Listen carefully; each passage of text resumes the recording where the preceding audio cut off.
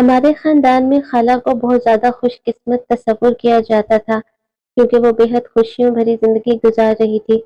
سمینا میری خالہ ذات تھی۔ وہ ایک اعلیٰ خاندان سے تعلق رکھتی تھی۔ اس کے دادا گاؤں کے چودھری تھے اور والد بہت بڑے آفیسر تھے۔ ان کی پوسٹنگ مختلف جگہوں پر ہوتی رہتی تھی اور وہ جہاں جاتے بڑے بڑے بنگلوں میں رہتے۔ خالو جان کی ہم سے دور کی رشتہ داری تھی لیکن وہ ہمیں خاصی اہمیت دیتے۔ جب بھی ان کے گھر جاتے خاطر تواضع میں کسر نہ چھوڑتے تھے۔ مجھ کو اپنی بیٹی جیسا جانتے۔ سمینا ان کی چھوٹی بیٹی تھی۔ خالہ جان کے دو بیٹے بھی تھے جن کا نام علی اور عباس تھا۔ دونوں ہی پیارے بچے تھے لیکن سمینا سب سے زیادہ پیاری تھی۔ خالو جان کو دو ملازم سرکار کی طرف سے ملے ہوئے تھے۔ ایک کا نام باری تھا جو گھریلو کام کرتا تھا اور دوسرا گیٹ کیپر تھا۔ جب بھی وہ گاؤں جاتے یہ ملازم خالو کے گھر پر موجود رہتے اور ان کے گھر کی حفاظت کرتے تھے۔ یہ لوگ کم ہی گاؤں آتے تھے۔ خالہ جان کا کہنا تھا میں اپنے بچوں کو مٹی میں گندا ہوتے نہیں دیکھ سکتی کیونکہ گاؤں میں مٹی ہوتی ہے۔ وہ اپنے بچوں کو گاؤں کے بچوں کے ساتھ کھیلنے بھی نہ دیتی تھی۔ اللہ تعالیٰ نے خالہ جان کو اتنی نعمتیں دی کہ بیان نہیں کر سکتی، لیکن قدرت کو کچھ اور ہی منظور تھا۔ اچانک ایک حادثے میں خالو جان کا انتقال ہو گیا۔ ان کی وفات کے بعد خالہ جان کو سرکاری مراعات اور ملازمین سے بھی ہاتھ دھونا پڑ گئے۔ وہ مجبوراً سسر صاحب کے گھر گاؤں آ گئی جہاں ان کی ذمہ داری تھی۔ سمینا کے پاس اب بھی زندگی کی سب نعمتیں تھی، کسی شے کی کمی نہ تھی۔ زمینیں ان کی اپنی تھی لیکن باپ کی شفقت اور ان کا سایہ موجود نہ تھا۔ یہ ایسی کمی تھی جس کو کسی صورت پورا نہیں کیا جا سکتا تھا۔ زمینوں پر کام کرنے والے مزارے نے اپنا 12 سالہ بیٹا خالہ جان کے سپرد کر دیا اور کہا کہ اسے آپ کی خدمت پر مامور کر دیا ہے، جو کام کرانا ہو کروا لیا کرے۔ سمینا اس وقت صرف 2 سال کی تھی۔ جو لڑکا اس کی امی کے پاس بطور ملازم آیا تھا اس کا نام انور تھا۔ وہ بہت اچھا، نیک اور تابع دار اور خوبصورت تھا۔ خالہ جان نے اس کی ذمہ داری قبول کر لی اور شرافت کو دیکھ کر اس کو اسکول بھیجنے کا فیصلہ کیا۔ وقت گزرتا رہا۔ انور صبح اسکول جاتا اور باقی وقت وہ خالہ جان کی خدمت میں حاضر رہتا۔ وقت گزرتے دیر نہیں لگتی۔ اب خالہ جان کے بچے بڑے ہو گئے تھے۔ انور بھی جوان تھا۔ اس نے FSC پاس کر لیا۔ اس کی تابع داری میں ذرا بھی فرق نہیں آیا تھا۔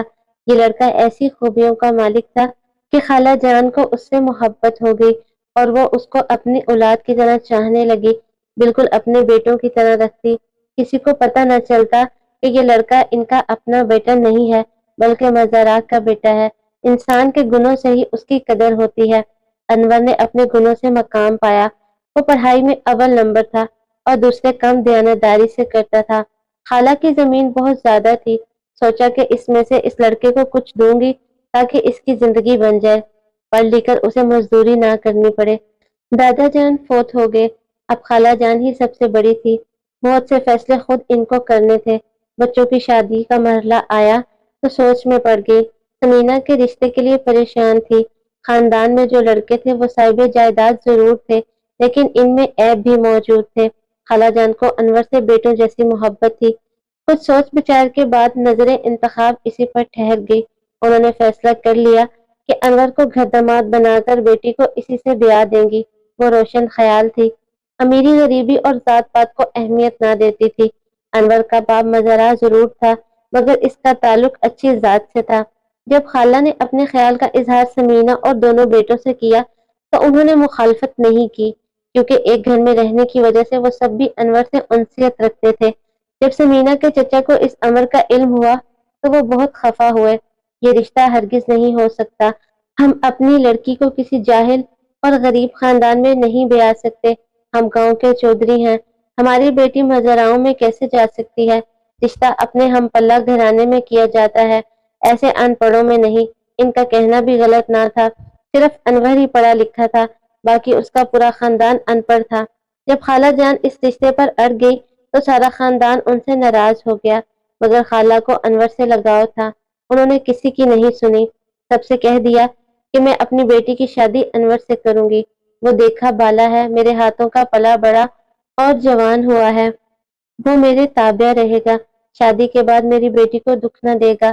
جبکہ سسرال میں سارے لڑکے آوارہ مزاج ہیں، ان میں سے کسی سے رشتہ کیا تو وہ سمینا کو دکھ دیں گے، شراب پیتے ہیں، دولت لوٹاتے ہیں، حتیٰ کہ بازار حسن جاتے ہیں اور برے لوگوں کی صحبت کو برا نہیں سمجھتے، جبکہ انور میں ایسی کوئی برائی نہیں ہے۔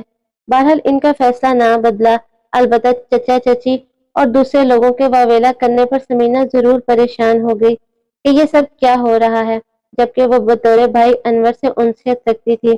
اس کے دماغ میں دوسری کوئی بات نہ تھی۔ اب رشتے دار طرح طرح کی باتیں بنانے لگے۔ ان کے خیال میں ثمینہ کی مرضی اس میں شامل تھی، مگر وہ کچھ نہ جانتی تھی۔ کبھی اس کے دل میں انور کے لیے کوئی ایسا ویسا خیال جاگزی نہیں ہوا تھا۔ ان کے گھر کا ماحول بہت پاکیزہ تھا، کسی کے منہ پر کون ہاتھ رکھ سکتا تھا۔ جتنے لوگ اتنی باتیں ہونے لگی، رشتے داروں نے ثمینہ کے کانوں میں ایسی باتیں ڈالنا شروع کر دی کہ وہ ڈسٹرب رہنے لگی، مضطرب ہوتی گئی۔ جب خالہ نے یہ صورتحال دیکھی، انہوں نے سسرالی رشتے داروں سے ناطہ توڑ لیا اور ثمینہ کے نکاح کی تاریخ رکھ دی۔ پہلے میرا نکاح خالہ کے بیٹے علی سے ہونا تھا۔ ہمارے نکاح کے اگلے روز انور اور ثمینہ کو نکاح کے بندھن میں باندھا جانا تھا۔ خالہ نے بیٹے کے نکاح پر اپنے سسرالی رشتے داروں کو مدعو کیا، لیکن ثمینہ کے نکاح کی بات ان سے پوشیدہ رکھی، تاہم ان کو کچھ سنگن مل گئی تھی۔ شاید جب میرا اور علی کا نکاح ہو رہا تھا اور سب لوگ ادھر مصروف تھے، ثمینہ کے چچا نے اس کو گاڑی میں بٹھایا اور اپنے گھر لے گئے، جو بالکل خالہ کے گھر کے قریب تھا۔ انہوں نے وہاں ثمینہ پر بندوق تان لی اور کہنے لگے، تم انور سے پسند کی شادی کرنا چاہتی ہو اور اپنی ماں کو آڑ بنا لیا ہے۔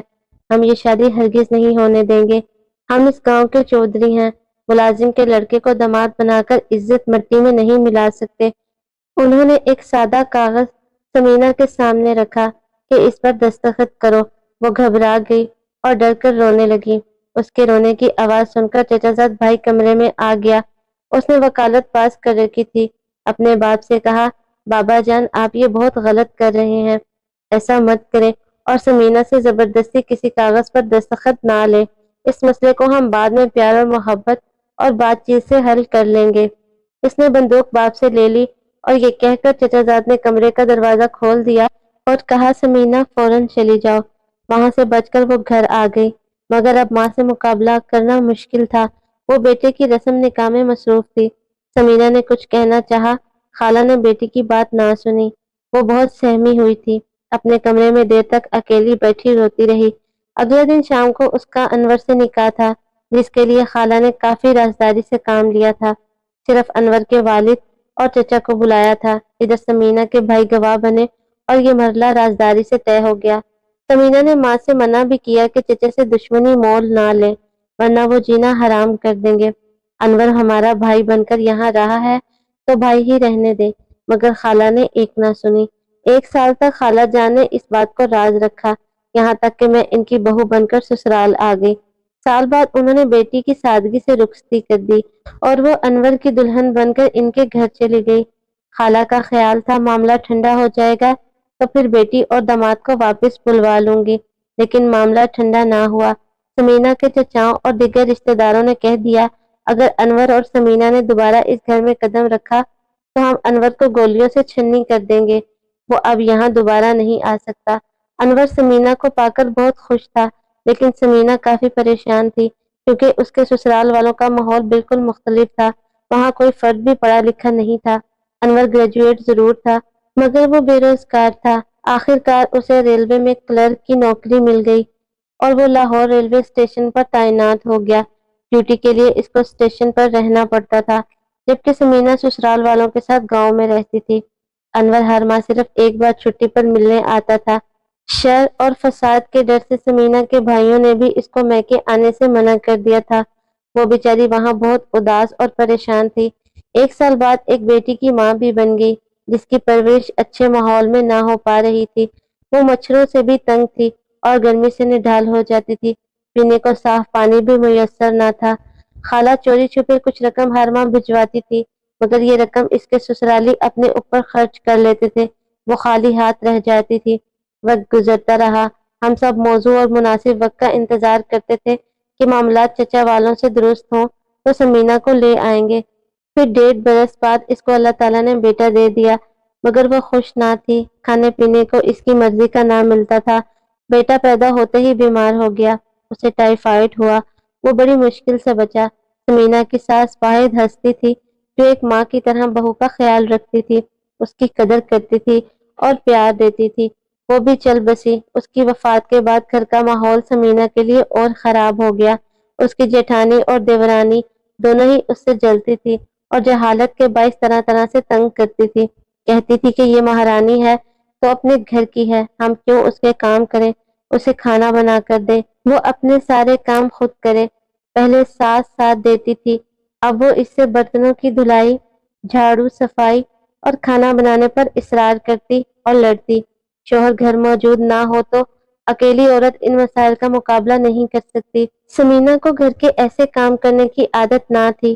وہ ایک ذمہ دار گھرانے کی لڑکی تھی، شہزادیوں کی طرح پلی بڑی تھی۔ اس کے گھر میں 10 نوکرانیاں تھیں۔ آج وہ سارے کام خود کرنے پر مجبور تھی جو پہلے اس کی نوکرانیاں کرتی تھی۔ جیٹھانیوں، دیورانیوں، نندوں، ان کے بچوں اور شوہروں نے سمینا کا جینا دوبھر کر دیا تھا۔ اس طرح کی طرز زندگی پر اس لڑکی کو سخت الجھن ہوتی تھی۔ اب اسے احساس ہوا کہ یکساں طرز زندگی نہ ہونے سے حیات کتنی مشکل ہو جاتی ہے۔ ماں نے اس کی شادی کر کے بہت بڑی غلطی کی تھی۔ شاید ان کو اپنے سسرالی رشتہ داروں کی طاقت کا اندازہ نہ تھا جو اب سمینا اور انور کو میکے آنے نہ دیتے تھے۔ جب انور سے سمینا نے رو رو کر مطالبہ کیا کہ مجھ کو اپنے گھر کے جلتے جہنم سے نکالو تو وہ 2 بچوں سمیت اسے اپنے ساتھ لاہور لے آیا۔ بڑی مشکل سے ایک کوارٹر الرٹ کرا سکا۔ تنخواہ تھوڑی تھی جس میں گزارا مشکل تھا۔ انور اپنے چھوٹے بھائی کو بھی ساتھ لے آیا تھا تاکہ سمینا گھر میں اکیلی نہ رہے۔ لاہور میں اس نے منصور کو اسکول داخل کروا دیا۔ سمینا منصور کا بہت خیال کرتی تھی۔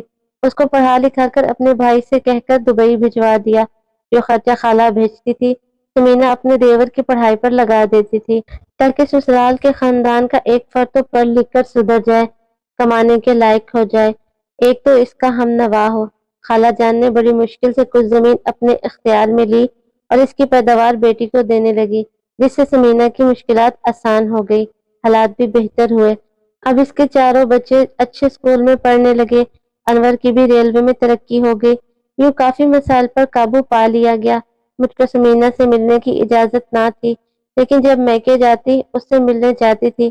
امی ساتھ ہوتی، سمینا اپنے دکھ بیان کرتی اور روتی تو کافی افسوس ہوتا تھا کہ خالو کی ایک ہی بیٹی تھی، شہزادیوں جیسی، دیکھو کیسی اس کی قسمت نکلی۔ دن سدا ایک سے نہیں رہتے۔ منصور نے کچھ دن وفا کی۔ دبئی سے کما کر وہ اپنے والدین کو بھجوانے لگا۔ کچھ رقم انور کو بھی بھجواتا تھا، مگر پھر اس نے بھائی اور بھابھی سے ناتا توڑ لیا اور اپنی ساری کمائی والدین کے لیے وقف کر دی۔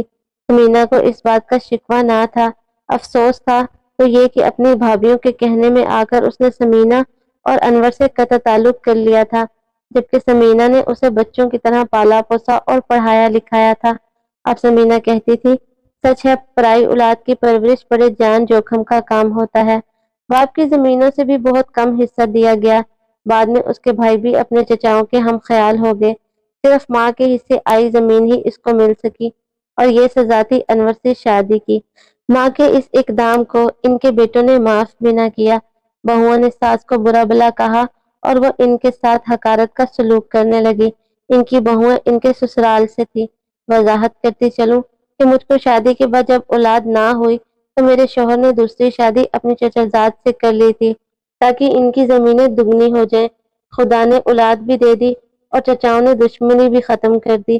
کچا بظاہر عزت کرتے تھے مگر دل میں مجھ سے وہ سب لوگ خار کھاتے تھے کیونکہ میں خالہ جان کی بھانجی تھی اور ان کی طرفداری کرتی تھی، ان کا خیال رکھتی تھی۔